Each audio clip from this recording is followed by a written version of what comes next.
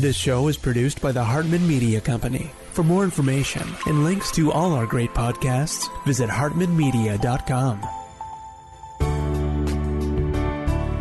Welcome to the Solomon Success Show, where we explore the timeless wisdom of King Solomon and the Bible as it relates to business and investing. False prophets and get-rich-quick schemes are everywhere. Let's not be distracted by these. Instead, let's go to the source, the eternal principles that create a life of peace, power, and prosperity. Here's our host, Jason Hartman. It's my pleasure to welcome John Milkovich. He is a Louisiana State Senator for District 38. He's author of the new book, Robert Mueller, Errand Boy for the New World Order. John, welcome. How are you? Hey, Jason, privileged to be on your show today. It's great to have you. So you can't watch the news without hearing something about Mueller. Tell us about his connection with the New World Order, if you will. Well, he's been part of the corrupt power elite for at least 30 years. He's been a top echelon official with both the Department of Justice and the FBI, off and on for 30 years before he got appointed to lead the investigation into Donald Trump. And what we talk about in our book, and we chronicle, is largely the work of other investigators, researchers, federal agents, cops, veterans, soldiers, families of 9/11 victims over the last 30 years, documenting, there's no conspiracy theory, documenting that Robert Mueller has been directly involved in cover-ups of some of the most egregious instances of federal misconduct the last 30 years. Does he just have credibility with the left because they're just being partisan and political, or has his credibility been really diminished yet? Well, I think people are questioning him now. After 21 months, give or take, of the attack on President Trump, people have been able to watch what he does. But, he has a lot of credibility, not necessarily with simply the left or the right, Republican, Democrat. He has a lot of influence with and support in the establishment, the crooked, inside, deep state, one world government establishment, of course, and I'm using the word one world government a little bit loosely, but as authors have been talking about for decades, there is a move among socialist-leaning academics, politicians, and financiers across the globe to move the world towards a one-world socialist nation or one-world socialist government. Yeah, they certainly have a lot more control if it becomes that way, and if they actually institute a one-world currency ever, that will be checkmate. It's over. Game over at that point, right? Because they can inflate away everybody's wealth. They can do whatever they want. That's when we need Jesus to rescue us. And, Jason, going back over his history, which almost no one, very few, if anyone, in the mainstream media talked about his actual background. But Whitey Bulger, as we know, was the mafia kingpin in Boston, a bunch of dead bodies. And the amazing thing about it is that Boston FBI agents were implicated, involved, and or imprisoned for at least 3 murders. Yes, you did hear me right. That's Boston FBI agents. So that the Boston FBI and the Boston Mafia were working hand in hand to create a violent criminal enterprise. What's Robert Mueller got to do with it? Well, he was right in the geographic and temporal, chronological epicenter of that.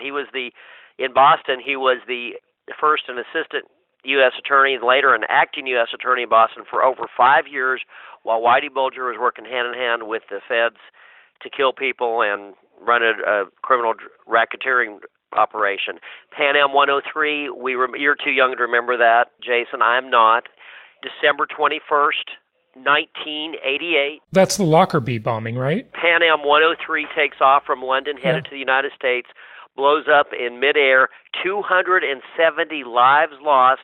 It was known in the international intelligence community within days, if not hours, who was responsible. Ahmed Jibril was a Palestinian terrorist, paid by the Iranians to blow up the plane, and he had the bomb built.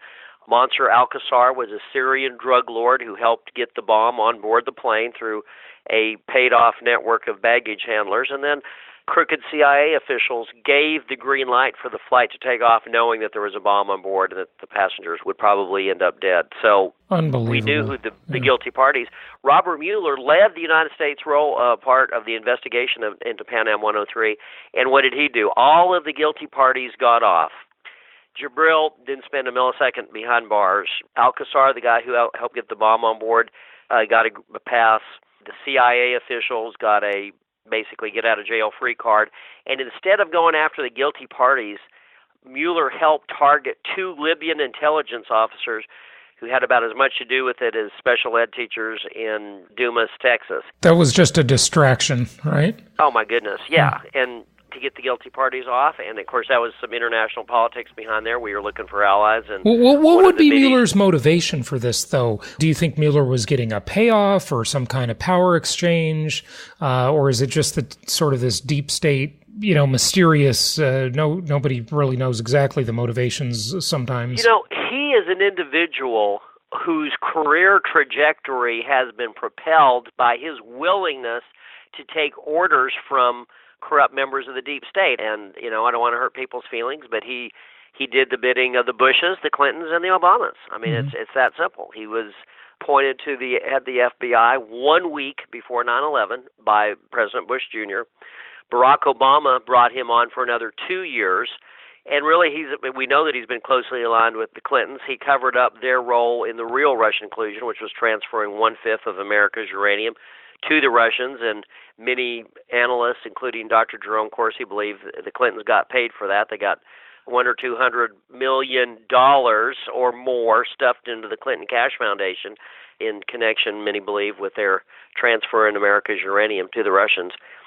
So, he's just been very available for people that are in the deep state that favor the demise of America and favor the creation of a one-world government. We talked about 9/11. What did he do there? After got appointed 1 week before 9/11. People can think that's a coincidence or not, but the reality is that within days of 9/11, he was helping organize an airlift that flew the Saudis and the bin Ladens out of the United States so they could not be interviewed, interrogated, or investigated. How convenient. That's just mind-boggling. It really is. Talk to us, and so much of our audience is interested in finance and the economy and these types of issues.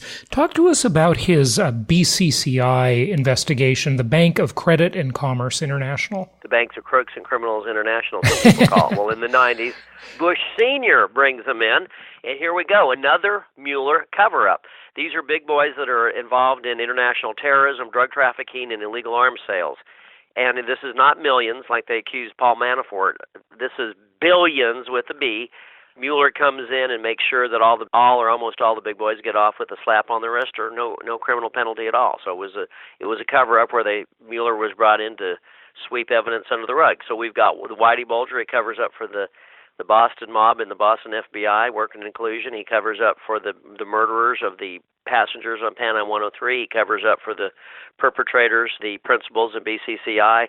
9/11, I talked about how he flew the bin Ladens and Saudis out of America, and he took many other steps to prevent federal agents and private investigative interests from finding out what really happened in 9/11. Anthrax, he targeted an innocent man and let the guilty parties go free. Weapons of mass destruction, under oath, he told Congress, look, Hussein and or Iraq had weapons of a fabrication. He said it under oath, and of course we ended up in a war in large part because of that false mantra. Wow. What else do you want people to know about Mueller? Well, I think the big picture, and I did mention the fact that, he's been involved in cover-ups for 30 years. And, the obvious question is, if he is Mr. Cover-Up, whenever in many of these instances where the federal government does wrong, how and why did we ever trust him to lead an investigation of the President of the United States? I mean, this guy doesn't care about the truth. He doesn't care about the integrity of documents. He doesn't care whether witnesses tell the truth. He's all too familiar and comfortable with perjury and forgery and fabrication of evidence. And I'm not saying that he personally forged documents, but he's basically very adept at falsification of evidence in prosecutions. How did he get the approval, the green light, to go after President Trump? And, did he undergo a personality change? Did he drink truth serum? Did he, as we like to say in the South, repent and get right, before he moved on with the next? No, I mean, I see no evidence of that. I think he was brought in specifically because he could be counted on to shred the truth, disrespect the Constitution, and protect the guilty. Tell us what else you're working on, what's going on in the state Senate. Well, Jason, thank you we have been very honored, privileged, humbled to participate in the effort to enact a fetal heartbeat bill in the state of Louisiana that was signed by the governor probably about 10 days ago, give or take.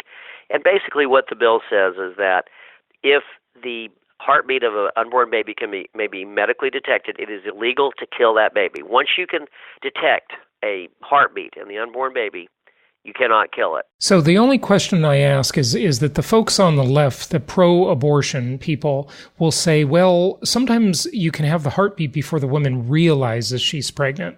Is that true? How much water does that hold? It is true that the heartbeat may be detected at a very early stage or very soon after conception. Of course, what that proves is that, yes, there is a human being in existence in the womb, albeit small, albeit defenseless, albeit inadequately protected by our legal system. Well, not only inadequately protected, you mean funded by the government in many cases. Oh, my goodness. Yeah, it's worse than inadequately protected. It's proactively killed. Yeah, and what we believe, and of course the science really shows this. We could go back to Jerome Lejeune, I believe his name was, the French geneticist who basically confirmed that when the 23 chromosomes of the father unite with the 23 chromosomes of the mother, you have a single-cell organism, which is a human life. It is the DNA footprint and blueprint and architecture design of the human being that is joined into a single living cell called the zygote, which Professor Lejeune called the most complex single cell in known existence. That's that single cell. And what he says, and it's medically true, that single cell, that is the full potentiality of the human being. That everything that the human being will become, of course, free will plays a role in who we become and decisions we make, obviously, and the extent to which we allow God to direct our lives. But the full genetic and kinetic and existential, and I guess existential isn't the right word, the full genetic potential of the human being is contained in that single cell. In other words, there is a human being at the moment of conception. And what do you call it when you terminate a human being? Well, I call it murder. Well, what if they're small? That's murder. What if they haven't been born yet? When you kill a human being, that's murder. We're against murder of the unborn. We're against the murder of the innocent. And it's what about, are there any exceptions in that bill, rape, incest, et cetera? I know that's a very small number, obviously, but, that's what people will raise as an issue. And yes, it's always raised. And the short answer is no. There's not rape or incest exceptions. And, the conversation in the state capitol, and this is not just my views, but if a perpetrator assaults a woman, should the baby that results from that assault be executed because the perpetrator has done wrong? Is it just, in other words, to execute the innocent for the acts of the guilty? Another way of looking at it is, should we kill one human being because a second human being has done something wrong? Yeah, it's sort of like the two wrongs don't make a right type of thing, yeah. Right, yeah. And what about adoption instead of abortion? And should we not, our focus be on prosecuting and holding the perpetrator accountable and nurturing, supporting, and caring for the mother? And, one last thought on that. That basically what some people say is that becomes an additional second trauma to the mother when the baby is aborted. Right. Those are all factors that I believe led the legislature and me personally as a citizen to say that we should not sacrifice or execute the child that results from a episode.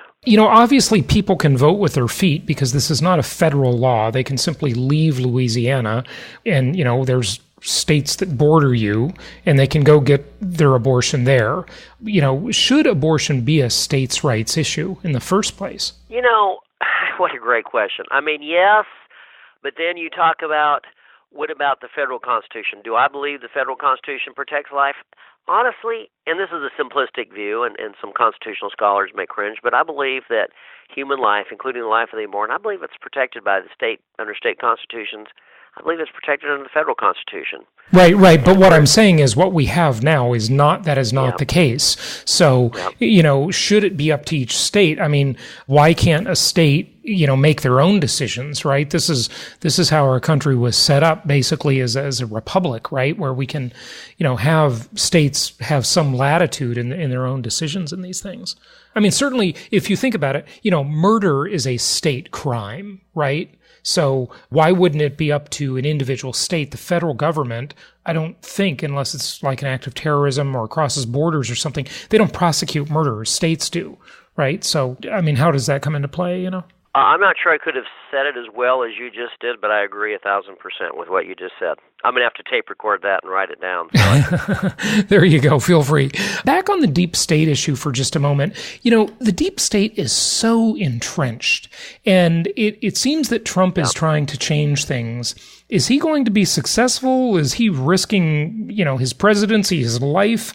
He's coming up against a lot of opposition on every front. I mean, it's really quite amazing how entrenched and powerful these players are. I think we need to switch roles. I think I need to ask questions you need to answer because you're giving all the right answers. Yes, he's risking his presidency.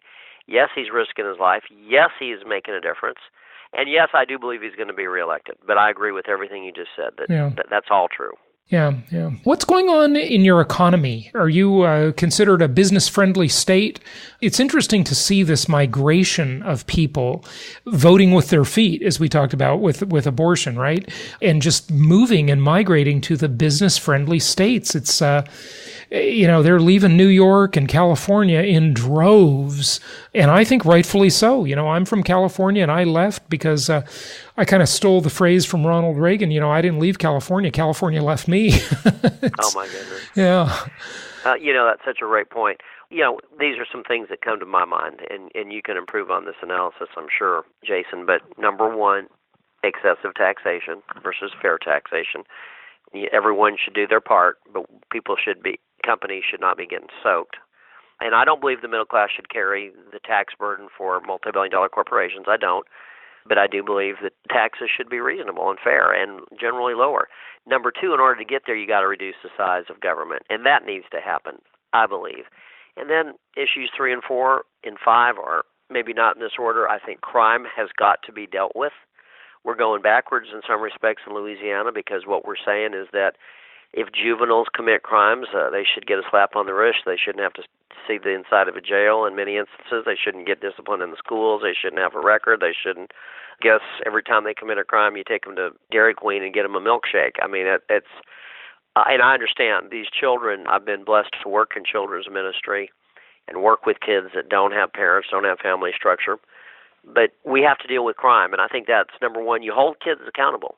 And number two, you got to spend time with them and love them. So it's both part of the biblical admonition and the biblical parenting equation, nurture and admonition. And then education. Education is being trashed in our state. We've got a guy who is a protege of Arne Duncan, President Obama's education czar, and Michael Bloomberg, the mayor of New York. And I can't tell that he wants Louisiana education to work. It seems more consistent with what's going on that he came to trash our education, but our values are going down the tubes. The Common Core is ridiculous. It doesn't work. It's trashing our values. The math is incomprehensible. Parents can't do math with their kids. So crime, education, and then I think faith. I believe that one thing that Louisiana has in the midst of all our challenges, we have an extremely strong faith community that cuts across party lines, demographic lines, racial lines, economic lines. So what about those four factors?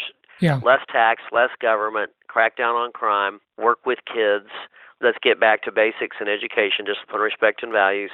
And then let's honor the value of faith in the Christian church in our communities.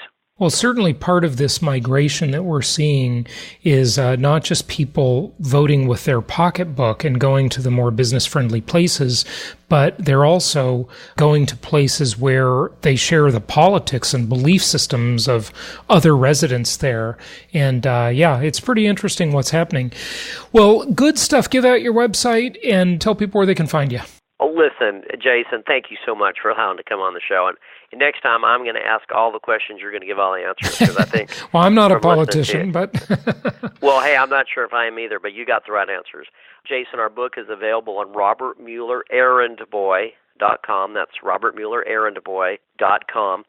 If anyone wants to reach me, 318-425-1957, John Milkovich at 318-425-1957.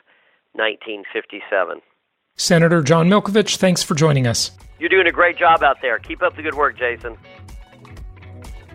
Thank you so much for listening. Please be sure to subscribe so that you don't miss any episodes. Be sure to check out the show's specific website and our general website, hartmanmedia.com, for appropriate disclaimers and terms of service. Remember that guest opinions are their own, and if you require specific legal or tax advice or advice in any other specialized area, please consult an appropriate professional. And we also very much appreciate you reviewing the show. Please go to iTunes or Stitcher Radio or whatever platform you're using and write a review for the show. We would very much appreciate that. And be sure to make it official and subscribe so you do not miss any episodes. We look forward to seeing you on the next episode.